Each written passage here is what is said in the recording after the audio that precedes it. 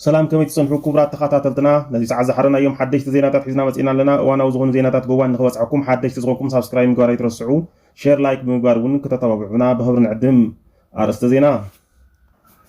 كاب جنبارات تسترخب سبر زينا وسنة أمرار حسراوي تجراين حوحاتن أمباسادر أمريكا نام مقالة حزوه زتوقع سنة أب تحت قطة رزوع علو جزءاتات زملكت وسط كوسينا بجنبار عفار زترخب عود تريف حيلتات صمدو استراتيجيك درون بلصقنا محمشاشوم لوق أمريكا مس أمرار حتى دي اف نمر خاب زقروا حطون زتوهاو ملسن سراوي السودان عوت محفاسن مفراس سراوي حمدان داقالون زبلون كالوتنا لونا نمكتالكم بخبر نعدم حزينا بزرزروم هذه استرخب سبر زينا كم زحبرو سراوي تجراي أبستفال على جنبارات عوت كم زقنعو تحبيرو عوتات سراوي تجراين እቶም ውግእ ዝካየደሎም ዘሎ ግንባራትን ብዝምልከት በዝርዝር ክንምለሶ ኢና ፈለማ ግን ጉዕዞ ጉጅለ ሽምግልናን ካልኦት ዜናታትን ክነቀድም ኣምባሳደር ኣሜሪካ ኣብ ኢትዮጵያ ሓዊሱ ካልኦት ናይ ሕብረት ኣውሮፓ ተወከልቲ ናብ መቐለ የምርሑ ከም ዘለዉ ተፈሊጡ ኣሎ ኣብዚ ጉዳይ ተንተንቲ ፖለቲካ ዝሃብዎ ሓሳብ ከም ዝገለጾ ኣሜሪካ ይኹን ሃገራት ሕብረት ኣውሮፓ ቅድሚ ምጅማር ኩናት ኢራንን ኣሜሪካን መሻርክታን ብልጽግና ኣብ ልዕሊ ትግራይ ጦርነትን ምኽፋት ኣብ መበል 11 ሰዓት በፂሑ ኣብ ዝነበረሉ እዋን ሱቅ መሪፆም ከም ዝነበሩ ይፍለጥ ይኹን እምበር ኣብዚ ሕዚ እዋን ትግራይ ሓድነታ ተጠናኺሩ ጠንካራ ሰራዊት መስሪታ ጽምዶ ተጠናኺሩን ኣብይ ኣሕመድ ብውሽጥን ብደገን ተወጢሩን ምስ ተዓዘቡ ከድሕንዎ ይጓዩ ከም ዘለዉ ገሊፆም ኣለዉ እቶም ሊቃውንቲ ፖለቲካዊ ሲሆን ከም ዝገለጽዎ ኣብዚ ሕዚ እዋን ሓይልታት ጽምዶ ናይ ባዕሎም ድሮንን ጸረ ድሮንን ኣብ ዝተዓጠቕሉ ኣብይ ኣሕመድ ጦርነት ገጢሙ ከም ዘየሸንፍ ዘረጋገጹ ኣሜሪካን መሻርክታን ህዚ ንመራሕቲ ሕወሓት ምፍራሕን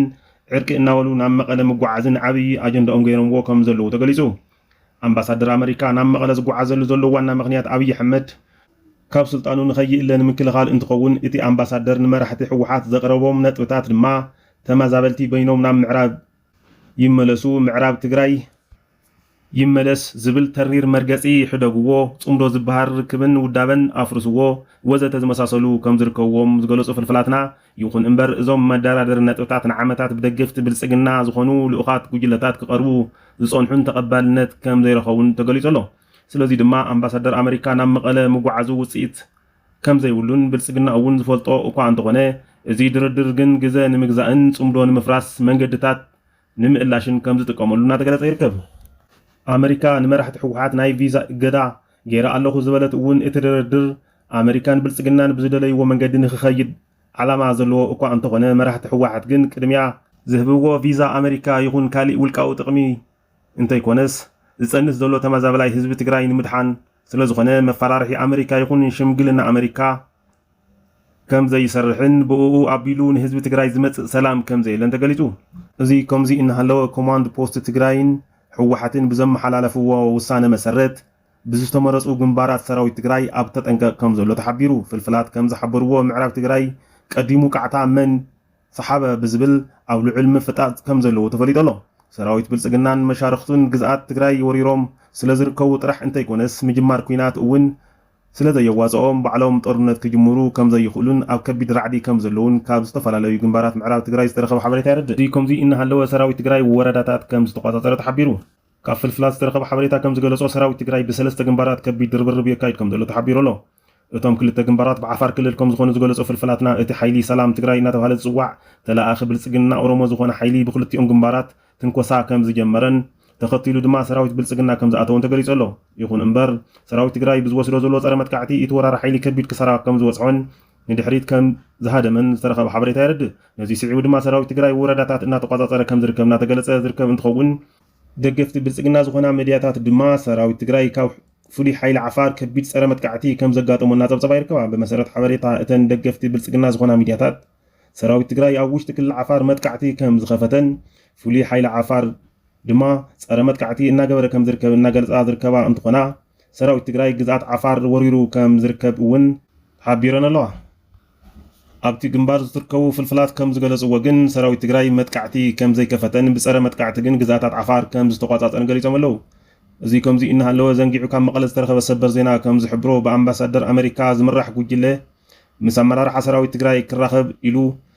ንመንግስቲ ትግራይ ሕቶ ከም ዘቕረበ ተሓቢሩ እቲ ልኡኽ ጉጅለ ምስ ኣመራርሓ ሰራዊት ትግራይ ዘተ ከካይድ ንምንታይ ከም ዝደለየን ንምንታይ ዓላማ ከም ዝኾነን ናይ ብዙሓት ዘይተመለሰ ሕቶ ኮይኑ ይርከብ ዝኾነ ይኹን ልኡኽ ጉጅለ ምስ መንግስቲ ትግራይ ክደራደር ዝግባእ ከም ዝኾነን ሰራዊት ትግራይ ኣብ ትሕቲ መንግስቲ ትግራይ ክሳዕ ዘሎ መንግስቲ ትግራይ ዝወሰኖ ውሳነ ዝቕበል ከም ዝኾነ እናተፈለጠ እቲ ልኡኽ ጉጅለ ንሕወሓት ንበይና ንኣመራርሓ ሰራዊት ትግራይ ንበይኖም ከነጋገሮም ዝብል ሕቶ ምቕራቡ ናይ ብልጽግና ልኡኽቶ ሒዙ ከም ዝተጓዓዘን ካብቲ ልኡኽ ጉጅለ ምንም ዓይነት ሰላም ክመጽእ ኢልካ ተስፋ ከም ዘይግበር እናተገለጸ ይርከብ። እዚ ከምዚ እናሃለወ እቲ ጉጅለ ምስ ኣመራርሓ ሰራዊት ትግራይ ክዛተ ይደሊ እየ ኢሉ ንዘቕረቦ ሕቶ ብመንግስቲ ትግራይ ከም ዝተነፀገ ተፈሊጡ ኣሎ። መልሲ መንግስቲ ትግራይ ንህዝቢ ትግራይ ወኪሉ ዝደራደር መንግስቲ ኣለና ድርድርኩም ምስ መንግስቲ ትግራይ እዩ ክኸውን ዘለዎ ምስ መንግስቲ ትግራይ ኣብ ዋና ዋና ነጥብታት ኣብ ስምምዕነት እንተተበፂሑ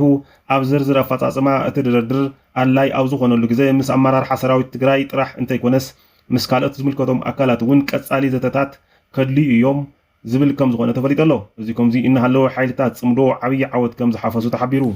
ሱዳን ብሕድሕድ ውግእ ትሕመስ ከም ዝጸንሐት ዝፍለጥ እንትኸውን ሕዚ ግን እቲ ብብልጽግናን ብሕቡራት ዓረብ ኤሚሬትን ዝሕገዝ ሰራዊት ህፁፅ ደገፍ ወሃቢ ሱዳን ተሸኒፉ ካብቲ ሃገር ይሃድም ከም ዘሎ ተገሊጹ። እቲ ብጀነራል ሓምዳን ዳጋሎ ዝምራሕ ኣማጺ ሓይሊ ሱዳን ብሉናይል ግዝኣት ተቆጻጺሩ ዝጸንሐ እንትኸውን ሰራዊት ሱዳንን ሓይልታት ጽምዶን ብዝወስድዎ ዘለዉ ዝተናበበ መጥቃዕቲ እቲ ሓይሊ ብሉናይል ለቂቑ ይሃድም ከም ዘሎ ተፈሊጡ ኣሎ። እዚ ንብልጽግና ከቢድ መርድእ ከም ዝኾነን መንግስቲ ሱዳን ይኹን ካልኦት ሓይልታት ጽምዶ ሙሉእ ብሙሉእ ገጾም ትግራይ ንምሕጋዝን ሕሞራ ነፃ ንምውፃእን ኣብ ናይ መወዳእታ ሰዓታት ከም ዝርከቡን ዝረኸብናዮ ሓበሬታ የረድእ። ጋዜጠኛ መድሃንየ ግደይ ዓወት ሰራዊት ሱዳን ከምዚ ክብል ገሊፅዎ ኣሎ። ኣብ ሱዳን ሰሜን ዳርፉር ስትራቴጂክ ድሮን ሎማዓንቲ ተሓምሽሻ ኣላ። ኣብ ዳርፉር ብፀረ ኣየር ሓይልታት ሱዳን ዝወደቐት ድሮን CH-95 ዝዓይነታ ስርሒት ቻይና እያ። ሚድያ ብሉ ናይል ቴሌቪዥን ወሃቢ ቃል ሰራዊት ሱዳን ፀሪሑ ኣብ ዘቕረቦ ፀብፃብ ሎማዓንቲ ንግሆ ድሮን ከም ዝወደቐት ሓቢሩ ኣሎ። ብኻልእ ዜና ክልተ ጀነራላት ዓማጺ ሓይሊ ሱዳን ኣብ ግዛት ብሉ ናይል ብመጥቃዕቲ ድሮን ተቐቲሎም ኣለው። ክልቲኦም ጀነራላት ካብ ስዑድ ዓረብ በኣዲስ ኣበባ ገይሮም እዮም ናብ ሱዳን ግዝኣት ብሉ ናይል ኣትዮም። ቅድሚ ክልተ መዓልቲ ሰራዊት ሱዳን ብዝወሰዶ ዝተጸንዐ መጥቃዕቲ ድሮን ከም ዝተቐተሉ ተረጋጊጹ ኣሎ። እቲ ሰራዊት ዓማጺ ሓይሊ እውን ይፈርስን ይሃድምን ኣሎ ክብል ገሊጹ ኣሎ። እዚ ከምዚ እናሃለወ ካብ ጎንደር ክሳብ ሕሞራ ኣብ ውሽጢ 72 ሰዓታት ዝብል ወፍሪ ከም ዝተጀመረ ዝተረኸበ ሓበሬታ ይረድእ። እቲ ወፍሪ ሰራዊት ትግራይን ሓይልታት ፋኖን እቲ ዝተረኸበ ተወሳኺ ሓበሬታ ይገልጽ። ዝርዝር እቲ ወፍሪ ዛጊድ ዘይተፈለጠ እኳ እንተኾነ እቲ ወፍሪ ግን ከም ዝጅመር ካብ ምሽጥራዊ ፍልፍላት ዝተረኸበ ሓበሬታ ይረድእ። ዜናታት እዚ ዕለት ነዚኦም ይመስሉ ነይሮም። ንምክትታልኩም ነመስግን። ሰላም።